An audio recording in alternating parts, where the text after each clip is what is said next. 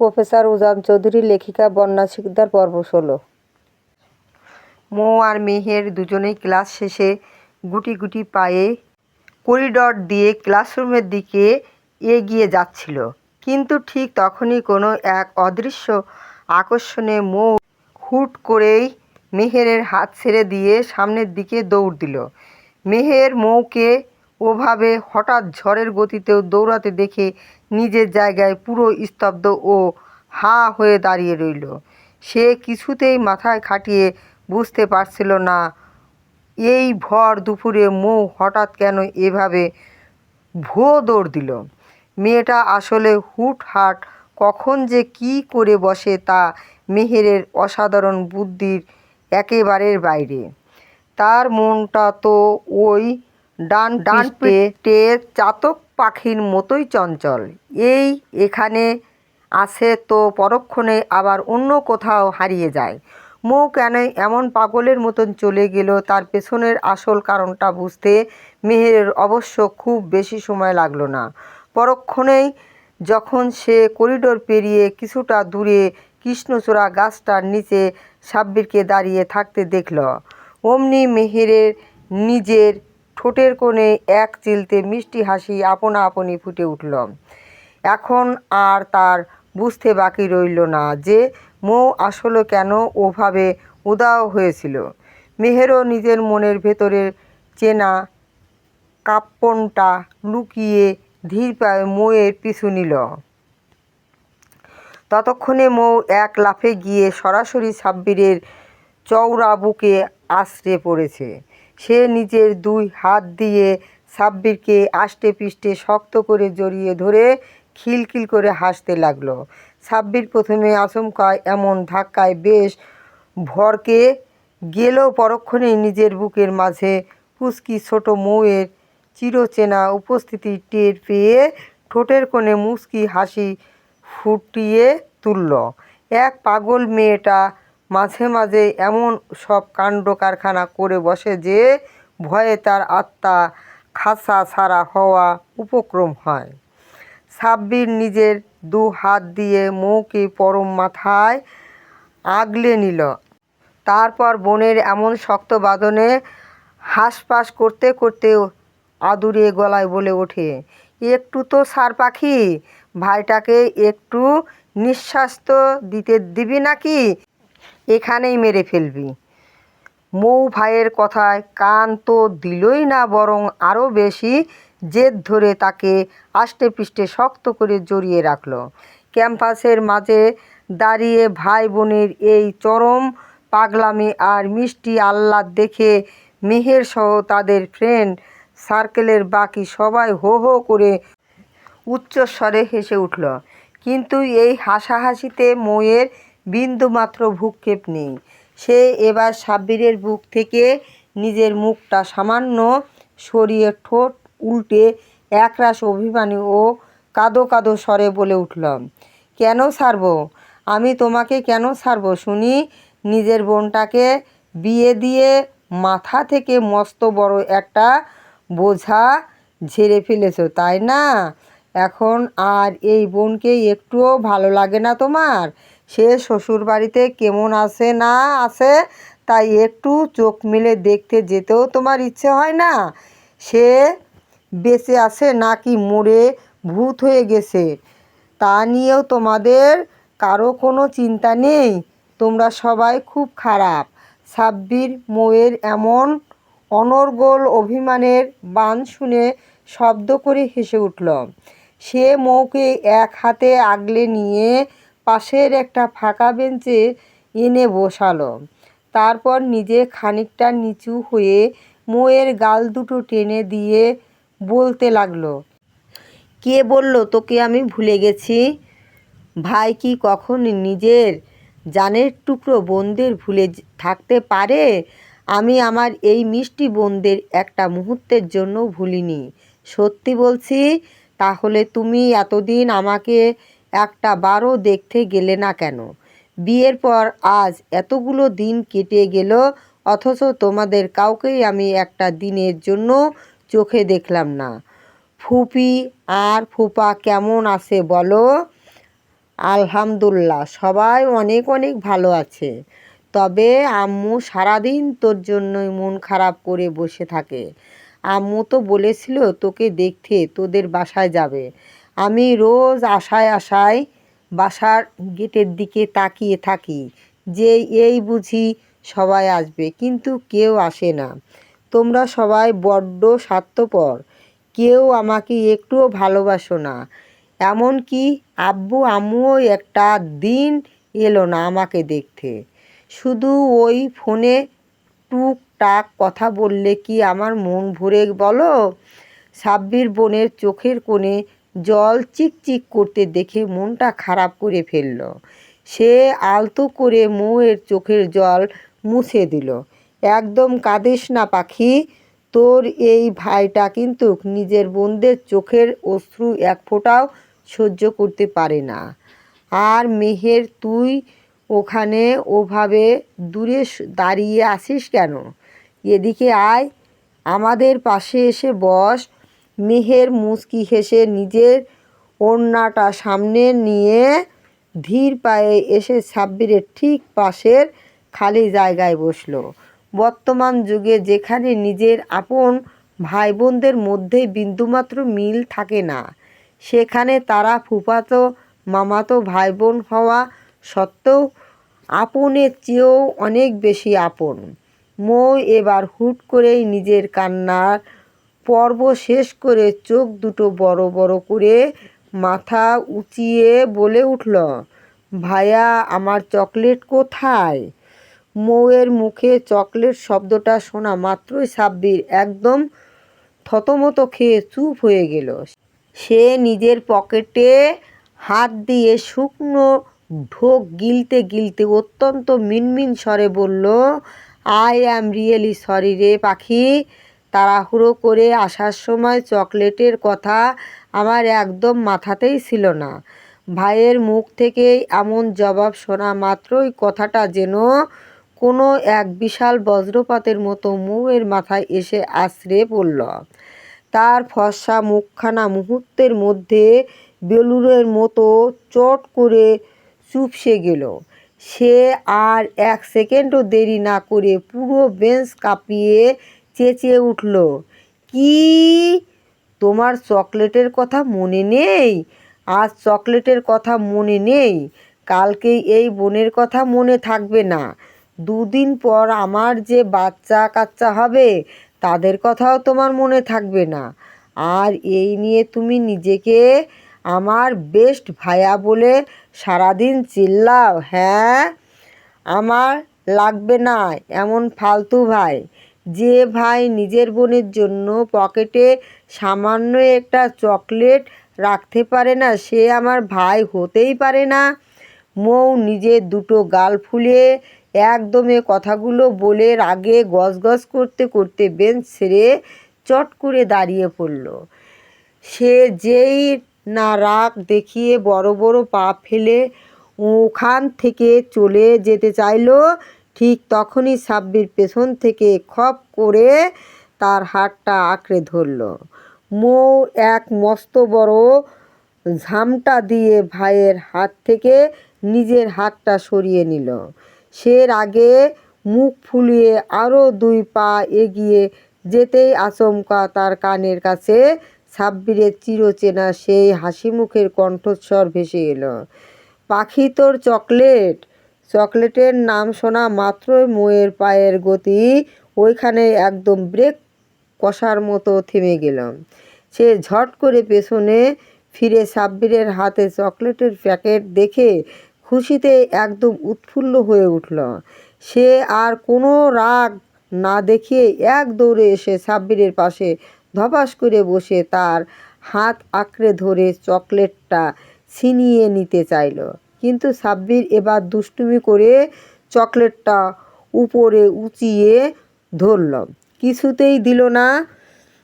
তা দেখে মৌ আবার নিজের মুখখানা ছোট করে বলল, তুমি না আমার পৃথিবীর সবচেয়ে হ্যান্ডসাম আর লক্ষ্মী ভাইয়া? তাহলে আমার চকলেটটা আমার দিয়ে দাও না প্লিজ। দেব না? একটু আগেই না তুই বললি আমি নাকি তোর কোনো ভাই হই না, তাহলে এখন কোন অধিকারে চকলেট চাচ্ছিস শুনি? দাও না ভাইয়া। বললাম তো দেবই না। মৌ এবার কোনো উপায় না পেয়ে পাশে বসা মেহেরের হাত নাড়িয়ে বলল, মেহের, তুই একটু ভাইয়াকে দিতে বল না। আচ্ছা ভাইয়া, তুমি যদি আজ আমাকে এই চকলেটটা ভালোই দিয়ে দাও, তবে তোমায় আমি একেবারে আসমানের পরীর মতো লাল টুকটুকি একটা কিউট বউ এনে দেব। সাব্বির নিজের জোড়া ভ্রু কুঁচকে মুচকি হেসে জিজ্ঞেস করল, তা তোর এই আসমানের পরী বউ কবে আসবে শুনি? মৌ এবার নিজের সব কটা দাঁত কেলিয়ে খিলখিল করে হাসতে হাসতে বলে, যেদিন আমার পুচকে পুচকে বাচ্চাগুলো তোমার মামা মামা বলে ডাকতে পারবে, ঠিক সেদিনই তোমার আমি বউ এনে দেব। হোয়াট? ততদিন তো আমি বুড়ো হয়ে ইহলোক ত্যাগ করে একেবারে ইন্তেকাল করে ফেলব। রে শয়তান মেয়ে, মাবুদ, এমন স্বার্থপর আর শয়তান মার্কা বউ, সরি বোন, যেন তুমি দুনিয়ায় আর কোনো ভাইয়াকে না দাও। ছি ছি, এমন একটা আস্ত ডাইনি আমার কপালে বউ সরি বোন হিসেবে জুটল। সাব্বিরের এই ভ্যাবাচ্যাকা খাওয়ার মাঝেই মৌ এক ঝটকায় ভাইয়ের হাত থেকে চকলেটের প্যাকেটটা কেড়ে নিল। তারপর সেটা ছিঁড়ে মুখে পুড়তে পুড়তে বলল, তোমার ওই সাব্বির খাতায় আমার প্রফেসর সাহেব একেবারে গুলি মারবে ভাইয়া। যদি সে জানতে পারে তুমি ভুল করেও আমাকে নিজের বউ বলে সম্বোধন করেছ। সিরিয়াসলি? মৌ মাথা নাড়ালো। সাব্বির এবার একটু গম্ভীর হয়ে আওড়ায়, আচ্ছা এসব কথা রাখ পাখি, আগে বল তোর সামনের পরীক্ষায় প্রিপারেশন কেমন চলছে? মিনিমাম পাস নম্বরটুকু তুলতে পারবি তো, নাকি চৌধুরী বাড়ির নাক কাটবি? ধুর ভাইয়া, পাস করে আমার কী লাভ হবে শুনি? সেই তো বাচ্চা কাচ্চায় সামলাতে হবে, তাই না? তাছাড়া পরীক্ষা দিতে গেলে কি আর সারাদিন গাধার মতো পড়তে হয় নাকি? আমার ওই কিউটের ডিব্বা দুলাজানকে পরীক্ষা আগে গাল বরাবর কয়েকটা মিষ্টি করে কিস করে দেব, আর সে আমাকে ভালোবেসে 100 এর মধ্যে একেবারে 1000 নম্বর খাতার উপর বসিয়ে দেবে। কি যে কিউট আমার দুলহাজানটা। মৌয়ের মুখে এমন অদ্ভুত আর রোমান্টিক কায়দার পড়াশোনার স্ট্র্যাটেজি শুনে সাব্বির নিজের কপালে চড় মারল। তোকে 1000 নম্বর দেয়া তো দূর, তো এই প্রফেসর বর তোকে খাতা ভরে আস্ত একটা রসগোল্লা দেবে। রসগোল্লা? দেখা যাবে কে কাকে রসগোল্লা দেয়। মৌয়ের কথা শেষ হতেই সবাই আরও একসাথে হেসে উঠল। এদিকে কিছুটা দূর থেকে মৌয়ের প্রতিটা গতিবিধি তীক্ষ্ণ নজরে পরখ করছিল উজান। মাঝের দূরত্বের কারণে তাদের কথাবার্তা স্পষ্ট শুনতে না পেলেও মৌ আর ওই সাব্বির নামের ছেলেটার এত কাছাকাছি থাকা, হেসে গড়িয়ে পড়া সে কোনোভাবেই সহ্য করতে পারল না। আর সব কিছুর চেয়েও বড় আঘাত যেটা উজানের বুকে তীরের মতো বিঁধল, তা হলো মৌ নিজে গিয়ে ওভাবে দৌড়ে ওর ছেলেটার বুকে আছড়ে পড়েছে, তাকে আষ্টে পৃষ্ঠে জড়িয়ে ধরে খিলখিল করে হাসছে। মুহূর্তের মধ্যে এক আদিম ও হিংস্র ঈর্ষা এসে গ্রাস করল উজানকে। রাগের তীব্রতায় উজান নিজের ডান হাতটা নিয়ে পাশের শক্ত দেয়ালে সজোরে এক ঘুষি মারল। মুহূর্তে তার শান্ত চোখ মুখে যেন আগুন জ্বলে উঠল। অতিরিক্ত রক্তচাপের কারণে তার হাত আর ফর্সা কপালের নীল শিরাগুলো দপদপ করে ফুলে উঠল। চোখ দুটো রাগে ও ক্ষোভে একদম টকটকে জবা ফুলের মতো লাল হয়ে গেল। সে আর একটা মুহূর্ত ওই ক্যাম্পাসে দাঁড়িয়ে থাকার শক্তি ও ধৈর্য ধরে রাখতে পারল না। নিজের ভেতরে সেই ভয়ঙ্কর রাক্ষসটাকে সবার আড়ালে লুকাতে সে গটগট করে পা ফেলে কলেজে ক্যাম্পাস থেকে বেরিয়ে নিজের গাড়ির দিকে ছুটে গেল। উজান তার পার্সোনাল বাংলো বাড়িতে এসে পৌঁছালো। ভেতরে ঢোকা মাত্রই তার ভেতরে সেই বদ্ধ উন্মাদ রূপটা বেরিয়ে এলো। সে একাই পুরো ড্রয়িং রুম আর নিজের বেডরুম তছনছ করে ফেলতে লাগলো। রুমের কাচের শোপিস, ল্যাপটপ, টেবিল ল্যাম্প কিছুই আর আস্ত রইল না। সব কিছু লাথি আর হাতের আঘাতে ভেঙে চূর্ণ বিচূর্ণ করে পুরো রুমটাকে ধ্বংসস্তূপে পরিণত করল সে। কিন্তু এতেও তার ভেতরে সেই বিষাক্ত জ্বালা একটুও কমল না। উজান টেবিলের উপর রাখা তার ল্যাবের তীব্র ক্ষতিকারক নাইট্রিক অ্যাসিডের বোতলটা হাতে নিল। নিজের কোনো ভ্রূক্ষেপ ছাড়াই এই ভয়ঙ্কর পাগলামিতে সে নিজের ডান হাতের উপর সরাসরি সেই গনগনে অ্যাসিড ঢেলে দিল। তীব্র অ্যাসিডের বিক্রিয়ায় চামড়া পুড়তে শুরু করলো, মাংস কামড়ে ধরার মতো অসহ্য যন্ত্রণা হতে লাগলো। তবুও সে উন্মাদের মতো দাঁড়িয়ে রইল, একটুও কুঁকড়ে গেল না, এমনকি যন্ত্রণায় চেঁচালো না। তার উপর অন্য হাত দিয়ে সে একের পর এক কড়া অ্যালকোহলের ড্রিঙ্কসের বোতল মুখে ঢেলে শেষ করতে লাগলো। শরীর আর মন দুটোকেই অবশ করে দেওয়ার এক অদ্ভুত নেশা চেপে বসেছে তার মাথায়। উজান শুধু এইটুকুতেই ক্ষান্ত হয়নি। তার চোখের সামনে বারবার ভাসছিল মৌয়ের ওই অন্য পুরুষকে জড়িয়ে ধরার দৃশ্য। সে ব্রাক হুন্ডি বের করে গায়ে জড়িয়ে মুখে কালো মাস্ক লাগিয়ে এক হাতে লোহার রড নিয়ে সোজা চলে গিয়েছিল সেই সাব্বিরের কাছে।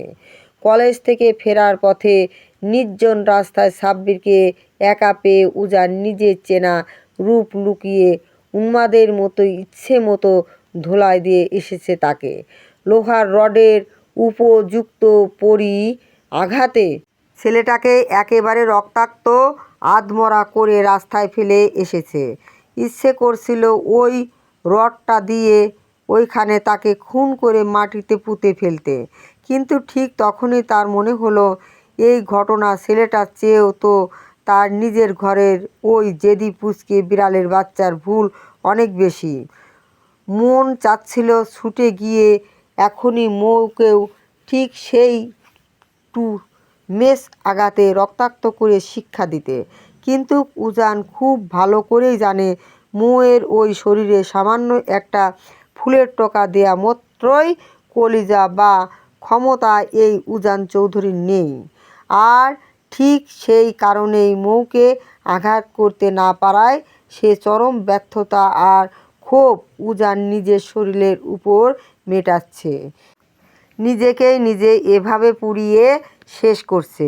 সে তো বুক ফুলিয়ে সবাইকে বলে সে নাকি এই মেয়েটাকে একটুও ভালোবাসে না। তবে কেন, কোন অধিকারবোধ থেকে সে মৌকে অন্য কোনো পুরুষের ছায়াতেও সহ্য করতে পারছে না? এই জটিল মনস্তাত্ত্বিক প্রশ্নের উত্তর উজান চৌধুরী নিজেও জানে না। ঠিক তখনই দরজাটা সজোরে ঠেলে ঝড়ের গতিতে ভেতরে প্রবেশ করল ইফাত আর তন্ময়। তন্ময় উজানের স্কুল লাইফের ক্লোজ ফ্রেন্ড। কলেজ থেকে উজানকে ওভাবে উন্মাদের মতো গাড়ি নিয়ে বেরিয়ে যেতে দেখে কেউ একজন খবর দেওয়ার ইফাত কোনো এক বড় বিপদের আভাস পেয়ে তন্ময়কে সাথে নিয়ে সোজা করে ছুটে এসেছে। ভেতরে ঢুকে রুমের এই ধ্বংসাবশেষ আর উজানের এই জঘন্য বেপরোয়া অবস্থা দেখা মাত্রই দুজনেই স্তব্ধ হয়ে গেল।